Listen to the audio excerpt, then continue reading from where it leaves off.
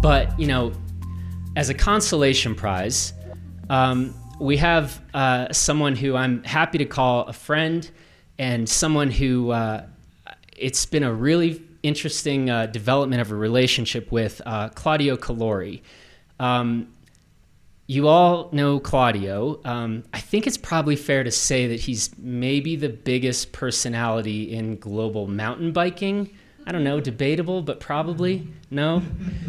I think the thing that if you've just seen I always call it like it's the best thing on the internet, but Claudio's POV course previews that he's had been putting out forever, those are my favorite thing on the internet. Then you hear this crazy eccentric guy like doing the commentary for all these races, and that's a lot of fun too.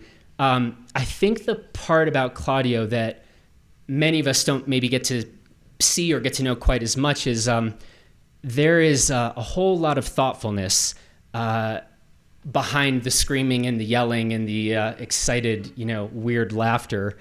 And that was evidenced once again last night, actually, because I think Claudio made it into Crested Butte around 1:30 in the morning. And then I think we talked till 3 in the morning or something. And then we both went back to work. And then, so there wasn't a whole lot of sleep, but there was a lot of interesting conversation. And I think from somebody who's just been in the mountain bike game from pretty much every imaginable angle, we're very excited to have him here and get to share some of his story with you. And then, of course, to let you guys ask some questions yourselves and come up and meet this guy. And so, on that note, Claudio, please come up.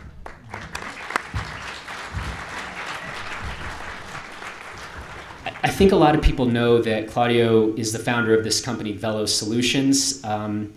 What I suspect maybe not quite as many people know is just how big this company is getting and how many projects are happening under the Velosolutions name.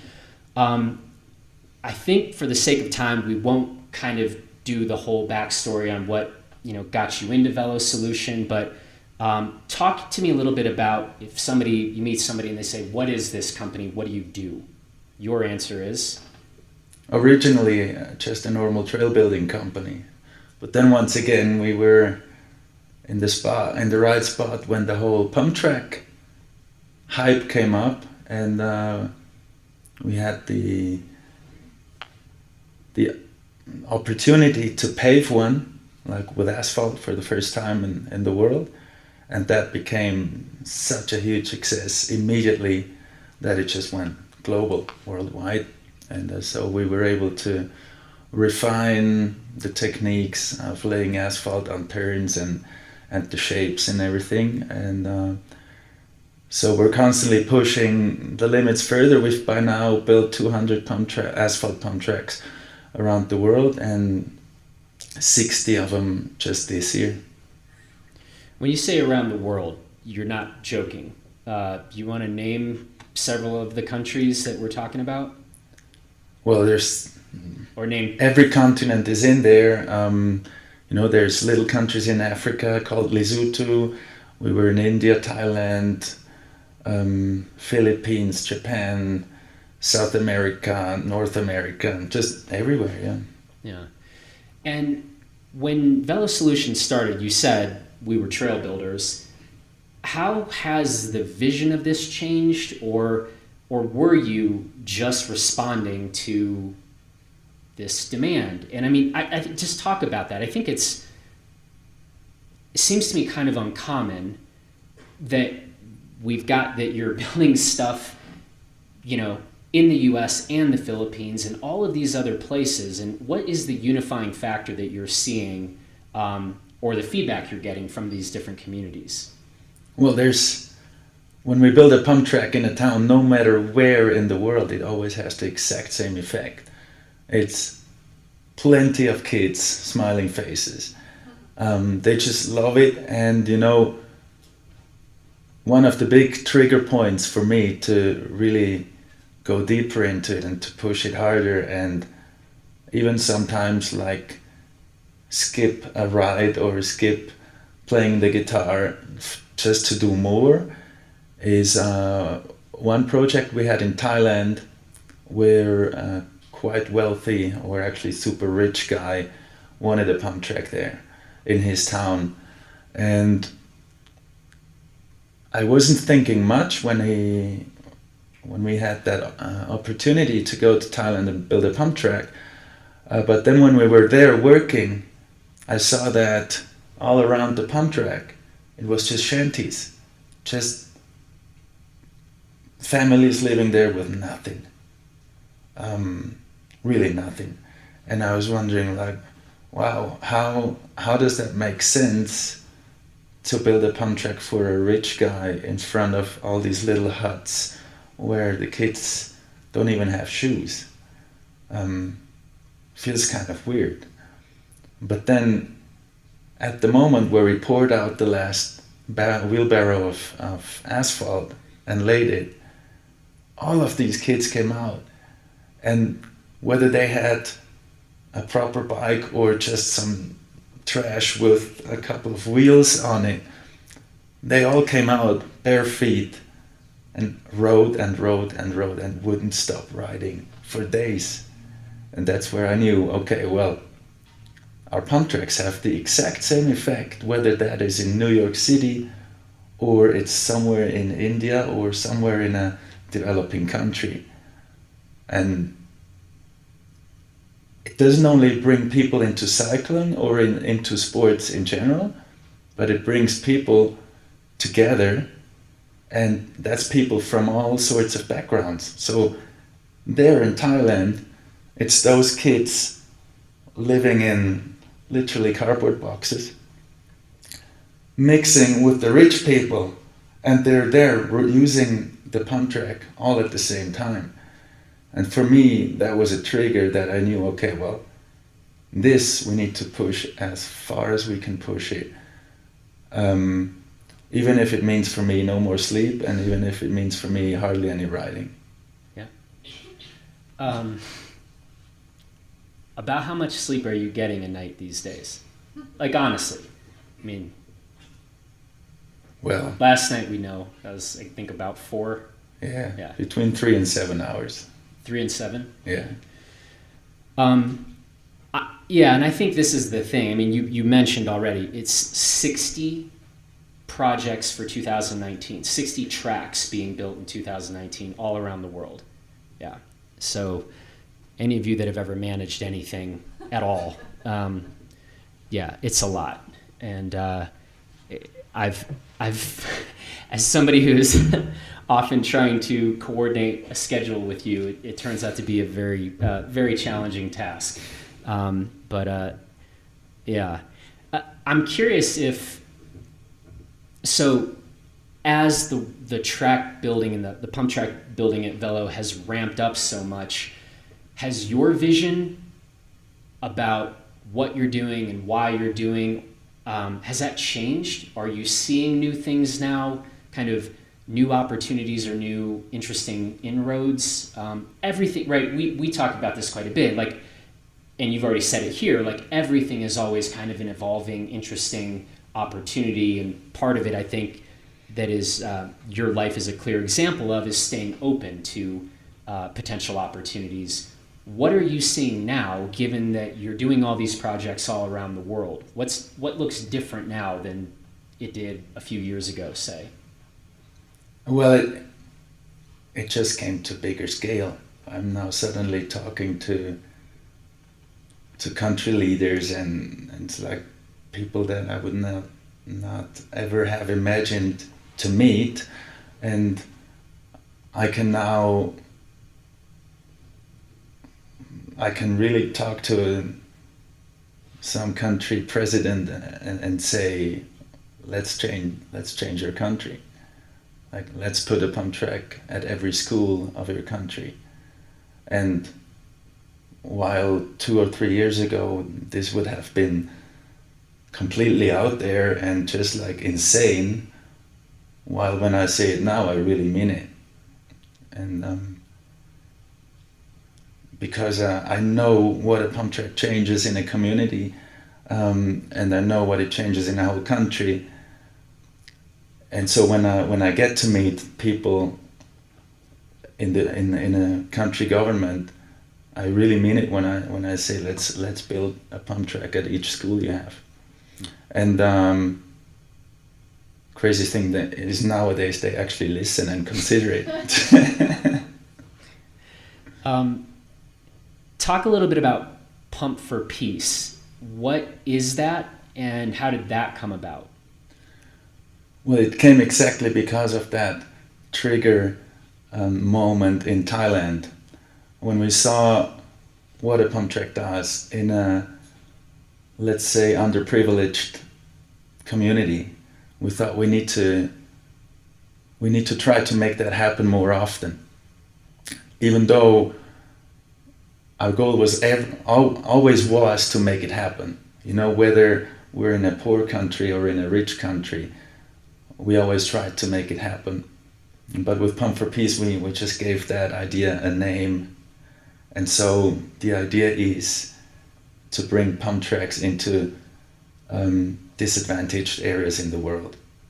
And whether that is, maybe we put some money aside from each project around the world, and once we have enough, we then go again to a developing country and build one there, or we come up with all kinds of ideas to raise money, and again, once we have enough, we go and build one. So those different ideas could be playing concerts, or last year when I quit my World Cup team, we had a big load of bike parts that we then just sold, and all of the proceeds went into Pump for Peace. Or then we had Yolanda Neff's bike on auction to raise money for Pump for Peace. So whatever we could think of to raise money for it. And there is already like 10 different countries waiting for the next Pump for Peace track. So once we have raised enough money for it, we'll go and build it.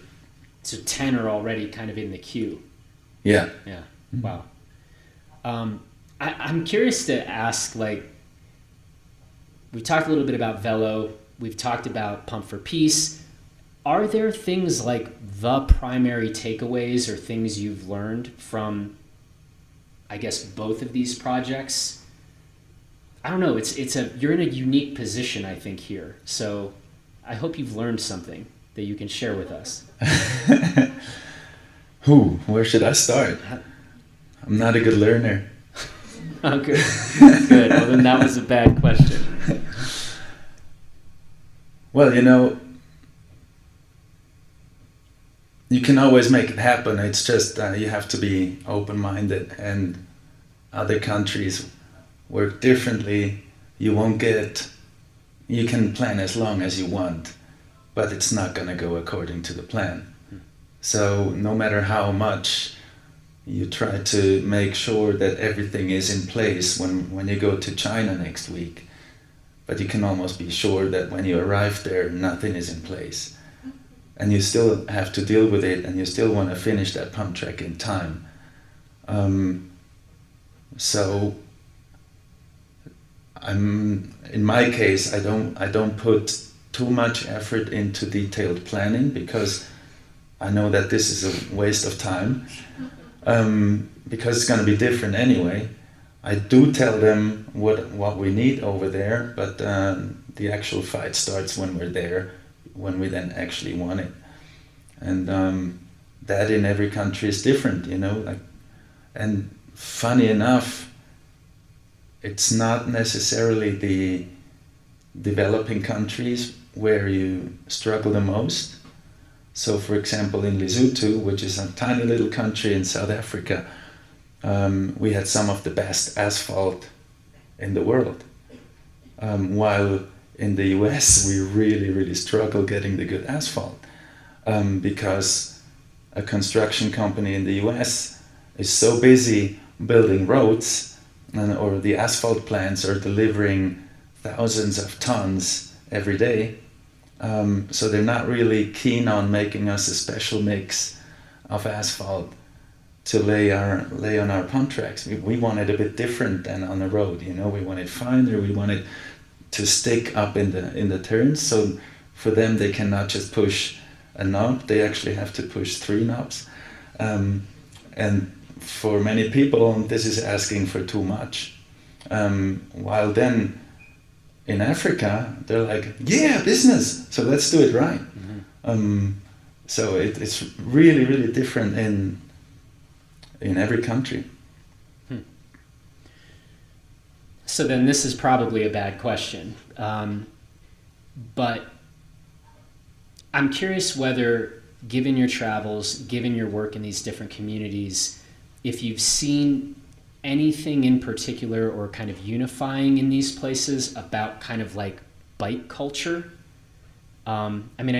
That's maybe a weird thing. We're not talking about commuter programs or, we're talking about pump tracks here. You've talked well about what happens in the community when these tracks are showing up.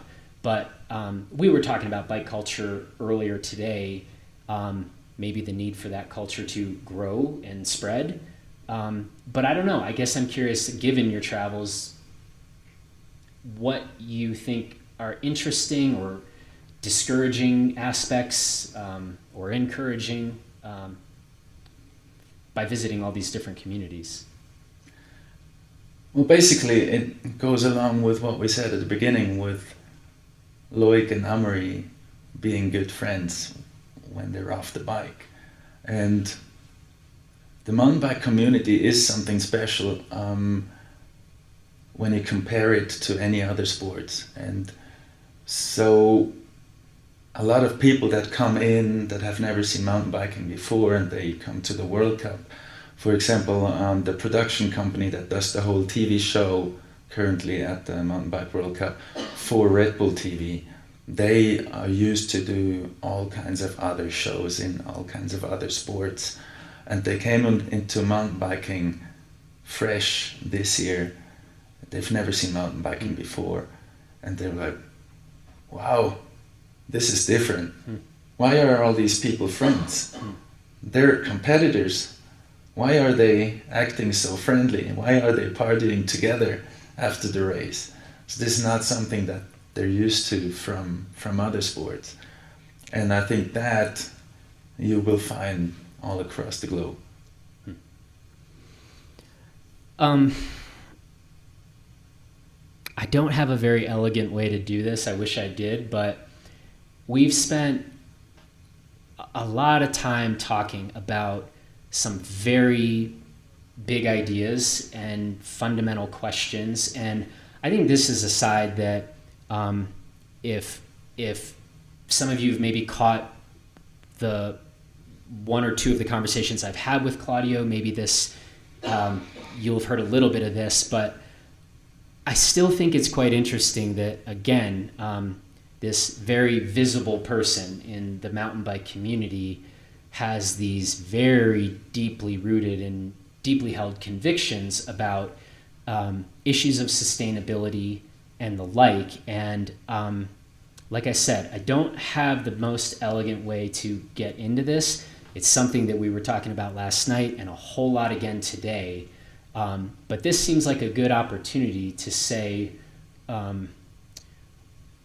we've talked about this work that you're doing, literally concrete work, specific work that you're doing with Velosolution, the intents you have with Pump for Peace, but talk a bit about some of the concerns or some of the hopes that you have in terms of, I guess, the kind of global view when it comes to these issues of sustainability and doing better. That is the broad question, and I'm going to run away now while you do something with this. Probably they're all going to run away as well. Yeah, they might. Sorry about that.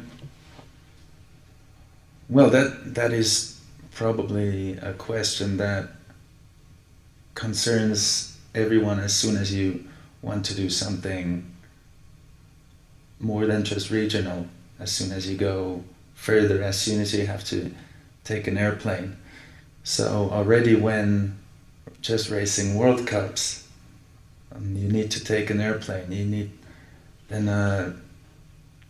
You are using several sets of tires per week that then are going to go wasted. You're not even allowed to give them to fans because you might be writing prototypes, and those prototypes should not be given to anyone. So racing is not something sustainable.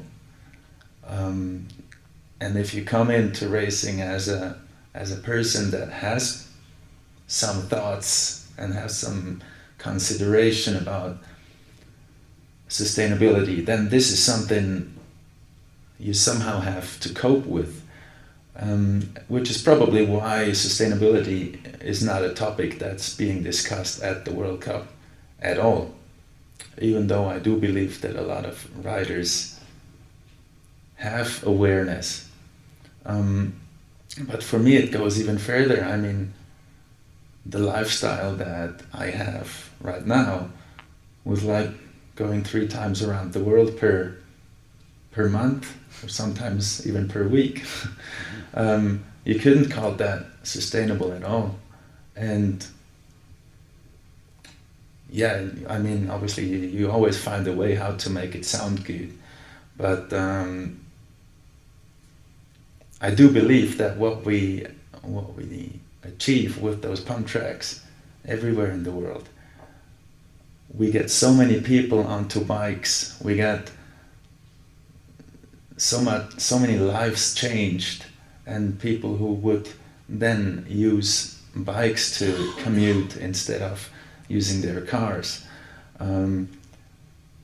or they could do sport right in their neighborhood and not have to take the car somewhere to do sports somewhere else. So the effect of what we achieve with those pump tracks is a lot bigger than my impact I have with flying around the world.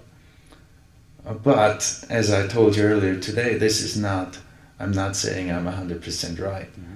Mm-hmm. This is something everyone has to find out for himself. What's the right thing? And I'm trying to limit my carbon footprint as much as I can, despite all the flying. So that's why I'm vegan. That's why I'm very, very conscious about waste and about using plastic and about using my car. In Switzerland, for example, I don't use a car. I just travel by train as far as possible. Mm-hmm. But then there's no electric airplanes yet, so I cannot really say I'm doing a really good job on the carbon footprint with flying around the world. But just be considered. Is that the right word? When you get up in the morning and think, do I really need to switch on every single light at the house, or maybe just the one where I'm actually at?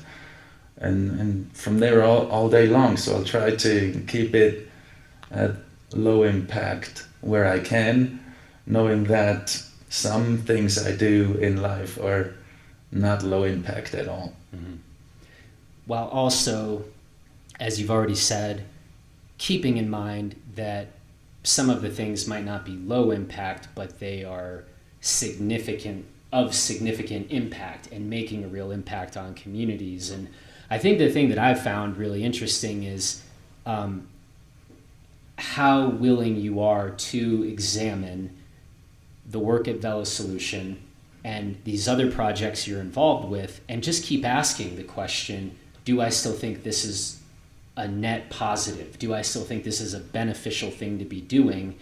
And I think it's a very difficult line to hold, right? Like a truly honest evaluation. We talked about this reevaluation of values today, where we're just willing to be honest with ourselves and ask, like, does this still feel like the right thing for me to be doing at the time? And that certainly seems to be something that I think is true of you at this point. And there will be impacts, some of them beneficial, some of them less beneficial in terms of carbon emissions and the like. But I guess I respect that about you. This isn't stuff that I think we hear much in maybe bike culture or in bike media, certainly. And I think that it's cool and valuable to have you in your position trying to be open to this and honest about this. Where are we? Does this still seem like the right thing to be doing, considering all of the impacts? Is that fair? Does that seem like, yeah. You tell me. Yeah. I want to let you guys ask some questions. I think I've said enough. So, back by popular demand, we're going to bring back our little Western versus Marcel Proust segment, as we like to call it. And if some of you remember from last year, the way this goes is I'm going to give you the floor. I don't know if we have mics this time around. If I don't think we do. So I'm going to ask you to just speak loudly. But if you have some questions now, we'd like to open it up. If you do not have questions, I'm going to start asking Claudio some of these questions by the famous French novelist Marcel Proust, and you'll be in for it. So you better hope they have some questions.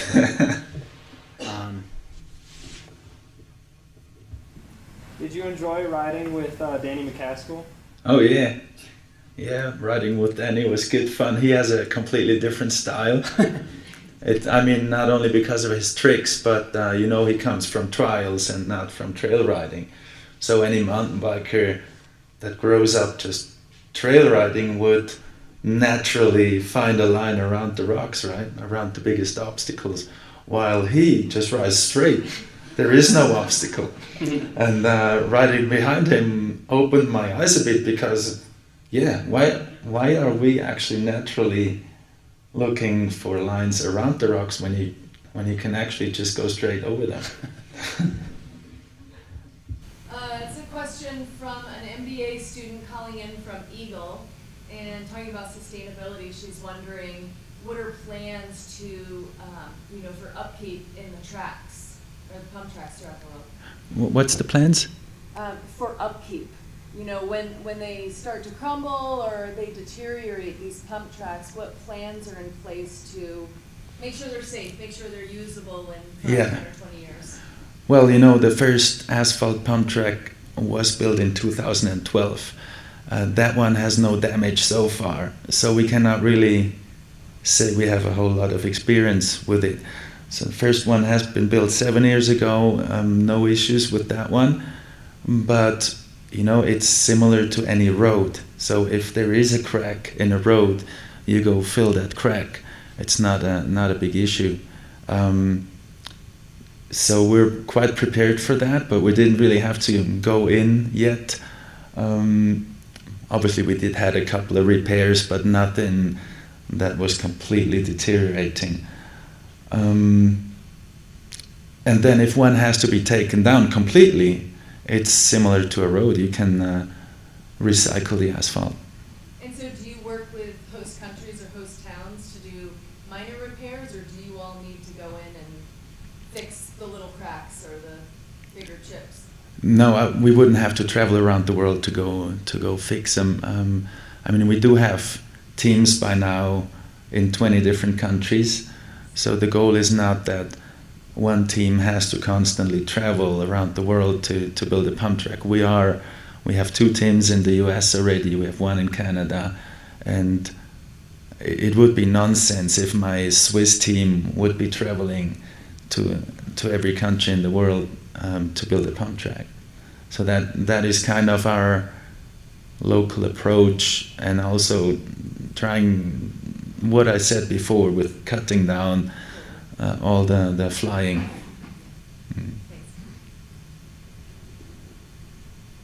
Yeah, approximately how much does it cost a Velosolutions pump track? In the US, that is around $25 per square foot.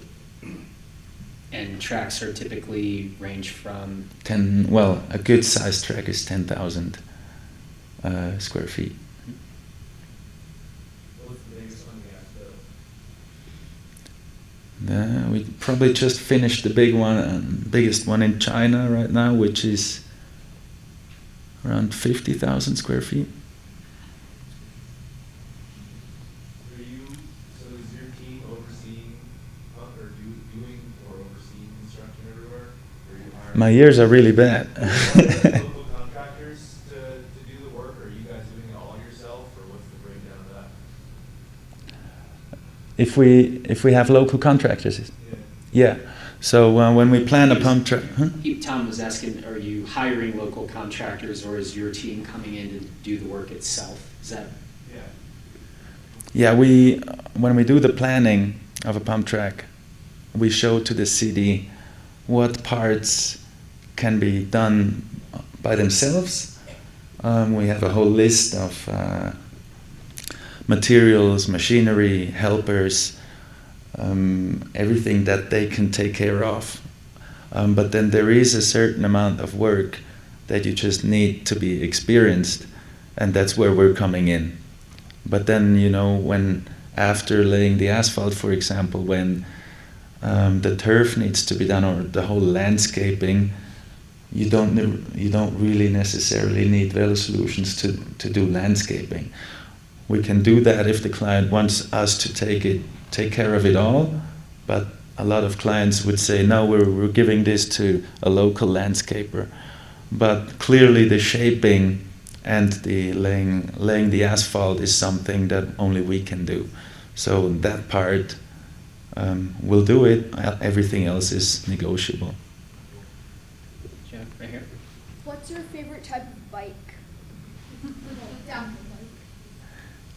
Favorite downhill bike is it? I like the Specialized a lot.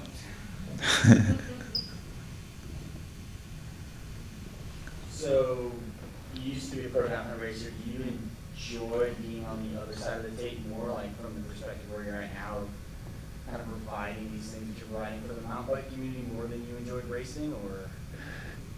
I think there's a. Do you want to repeat the question so they? Yeah, I think the question was, how does your enjoyment of actually racing compare to being on this side of things, doing the commentary and the like? I'd say there's a time for everything in your life. And yes, clearly, there is no question the excitement is the biggest when you're in between the tape. Nothing beats that, but it also comes with a whole lot of pressure and dealing with, there's those hours before the race start. I don't think anyone in the whole world enjoys those hours, because you're so nervous, and like as soon as you're then on track and racing, it's good, but the time before the race, it's brutal. I obviously loved being a racer, but I love it now where I am too, and I'm not at the World Cup thinking, oh, how much better would it be to be a racer. For me, everything is good as it is. Kind of a two-part question. Number one is, how do they determine which World Cup venues will be chosen each year?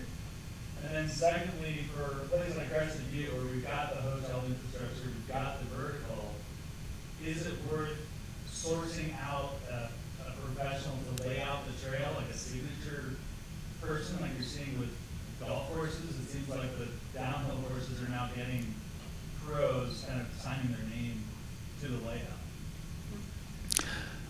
To get a World Cup, you don't need a big name to design the course. The UCI wouldn't really pay attention to that. If you apply to have a World Cup in town, the UCI will send someone to have a look at the course anyway. Then all the considerations to choose. I'm not the UCI, and I probably should make sure I don't say anything wrong here. But you're gonna start worrying now about saying wrong things? Yeah. Turning over a new leaf. Obviously, money always plays a role, whether that is to be able to actually